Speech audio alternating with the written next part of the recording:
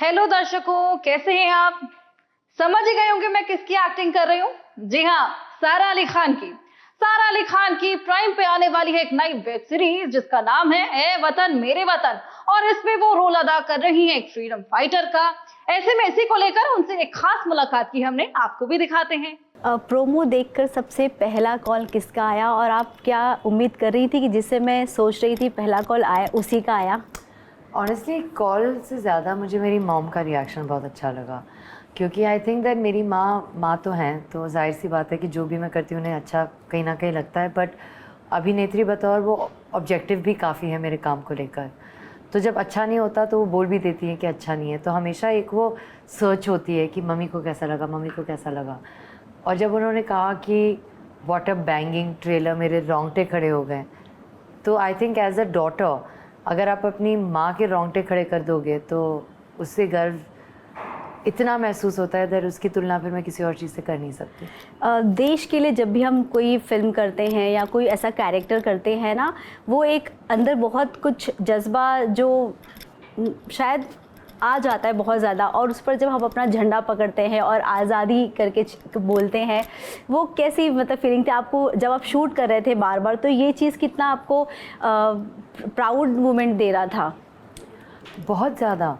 मुझे लगता है कि मैं सोच नहीं सकती, मैं इमेजिन नहीं कर सकती एक ऐसा टाइम जहाँ हम आज़ाद नहीं थे। मानसिक स्थिति से हमारी सोचने समझने की क्षमता भी अंग्रेज़ों ने कंट्रोल कर रखा था। तो I can't imagine how it could have been. तो actually the emotion I felt was just so grateful that we as free citizens have the amount that we do, कि उस मोमेंट में बस ये इमेजिन करना था कि जो कुछ भी आप अपनी ज़िंदगी में हासिल कर चुके हो, जो कुछ भी आपका है, इमेजिन करो कि आपका ना हो और आपको लड़ना है उस बेसिक राइट के लिए। तो कितनी आग होगी। हम सब अन्याय देख चुके हैं हमारे आसपास, उस अन्याय को 100 गुना ज़्यादा देखो। हम सब ने कहीं ना कहीं बुरे परिणाम भी देख लिए हैं, उसको मौत से तुलना करो,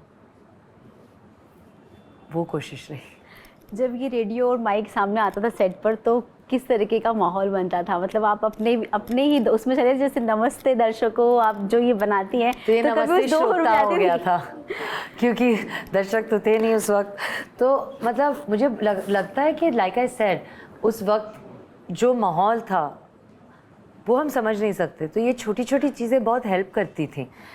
झंडा, चरखा, गांधी जी, रेडियो, ये सब एलिमेंट्स बन गए थे जिसकी वजह से हम कहीं ना कहीं कुछ रिलेट कर पाए, क्योंकि वरना हमारी ज़िंदगी ऐसी नहीं है कि हम उस दौर के कोई भी भावनाएं, कोई भी स्थिति समझ पाएँ।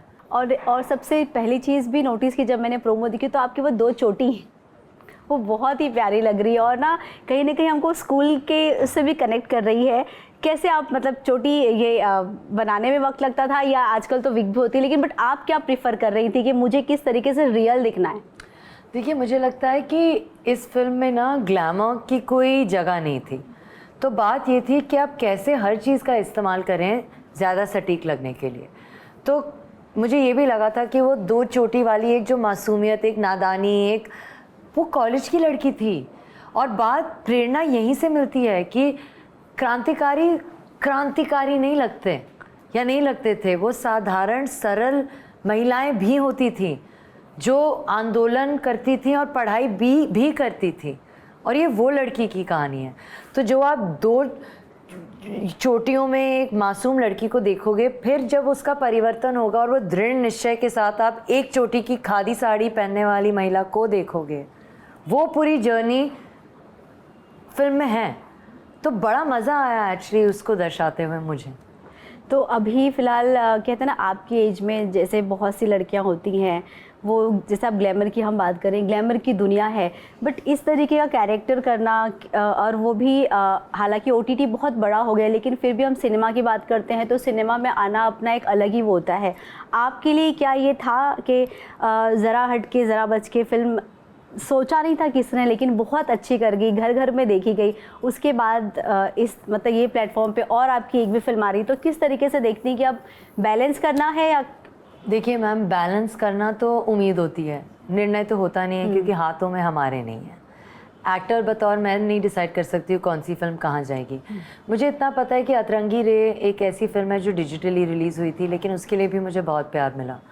तो अगर आपका काम अच्छा होगा और आप मेहनत और ईमानदारी से काम करेंगे तो ये तो एक माध्यम ही है, एक ज़रिया है, वो जो भी हो फिर ठीक ही है। और इतना पता है मुझे कि अमेज़ॉन प्राइम की रीच बहुत ज़्यादा है, बहुत ही ज़्यादा देशों में आप ये फिल्म देख पाओगे। और अगर प्रेशर की बात हो तो कम से कम अगर आप थिएटर जा रहे हो, आपको लगता है कि यार टिकट खरीद ही लिया है, देख ही लेते हैं, यहाँ आप अपना टीवी ऑफ कर सकते हो। तो एक्चुअली एज एन एक्टर मुझे ज़्यादा नर्वसनेस फील हो रही है कि मैं यही उम्मीद करती हूँ कि फ्रेम टू फ्रेम हम लोग आपको पकड़ पाएँ, आपके सीट से नहीं, आपके बिस्तर से, क्योंकि वहाँ डिस्ट्रैक्ट होना और भी आसान है। मैंने बहुत पहले आपका एक इंटरव्यू पढ़ा था जिसमें आपने कहा था कि मैं बहुत सारा काम करना है, मुझे बहुत सारा करना है। तो अब इतने साल आपको हो गए तो अभी भी मतलब बोलते हैं ना वो जज्बा बरकरार है कि नहीं अभी और भूख बाकी है, अभी और ज़्यादा भूख है, और ज़्यादा भूख है। एक वो भूख होती है ना जब आप गाड़ी में रेस्टोरेंट जा रहे होते हो और बस भूख लगती है, फिर कोई आपको एक एपेटाइज़र देता है और आपको खाना इतना अच्छा लगता है कि आप भूख दुगना तुगना तिगना हो जाता है। वैसा हो गया है मेरे साथ, क्योंकि पहले तो मुझे बस एक्टर बनना था, फिर एक्टर बन गई, इतना कुछ सीखने को मिला। एक जो दिमाग से जो आज़ादी मिलती है जब हम सेट पे होते हैं ना, वो मुझे बहुत अच्छा लगता है, क्योंकि उस वक्त आप वही कर रहे हो, आप उषा का किरदार निभा रहे हो, या आप बैम्बी का किरदार निभा रहे हो, या आप रिंकू का किरदार निभा रहे हो, आप उस दुनिया में हो।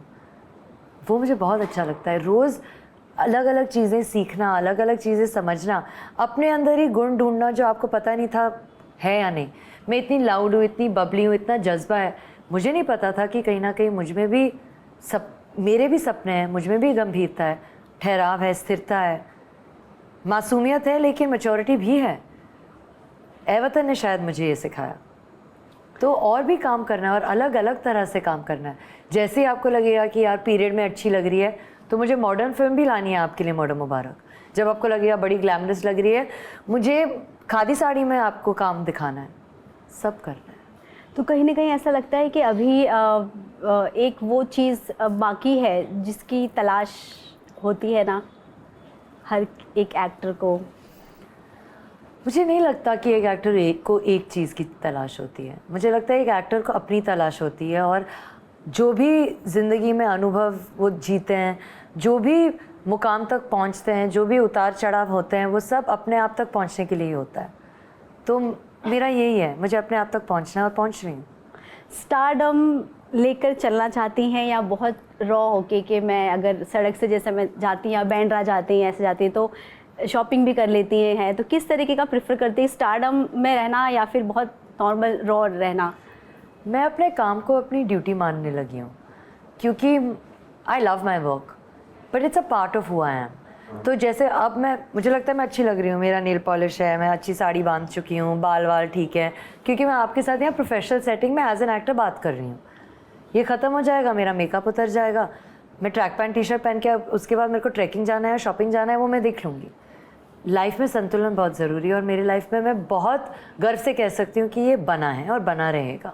थर्ड जनरेशन आपके घर की है, इतनी महिलाएं आपके घर में हैं, क्या सेलिब्रेशन होता है? अगर हम आज भी अगर बात करें, हम सब बातें करते हैं, लेकिन आपके यहाँ पे क्या वो एक दिन सेलिब्रेट किया जाता है? क्योंकि हम बोलते हैं कि हर दिन महिलाओं का होता है, लेकिन फिर भी एक दिन जो स्पेशल फिर होता है, क्या कभी आपके घर में ऐसा माहौल होता है? नहीं, मेरे घर में ऐसा नहीं होता, बिकॉज हमारा जेन्युइनली मानना है, हम दो मतलब घर में सबसे बड़ी मेरी माँ है, फिर मैं हूँ और फिर मेरा छोटा भाई है। तो हमारे घर में मतलब औरतों की पूजा ही होती है। तो हमारे लिए हर दिन ही वुमेंस डे होता है, लेकिन आज के वुमेंस डे के अवसर पे मैं ये ज़रूर कहूँगी कि एज अ वुमन हमारे अंदर वो ताकत है जो हम बाहर ढूंढते हैं। तो हमें बस अपने आप को तवज्जो देना बहुत ज़रूरी होता है।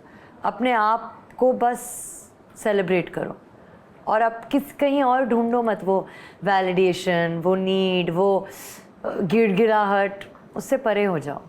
आई थिंक आपकी ये फिल्म देख के काफ़ी लोग ये काफ़ी क्या, वैसे हमने पढ़ा तो है ही है, लेकिन देखने का मौका पहली बार मिलेगा आपके ज़रिए। तो थैंक यू सो मच हमसे बात करने के लिए, एंड नमस्ते दर्शक को नहीं बोलूँगी, नमस्ते सारा। नमस्ते दर्शक, श्रोता, लव एवरीबडी।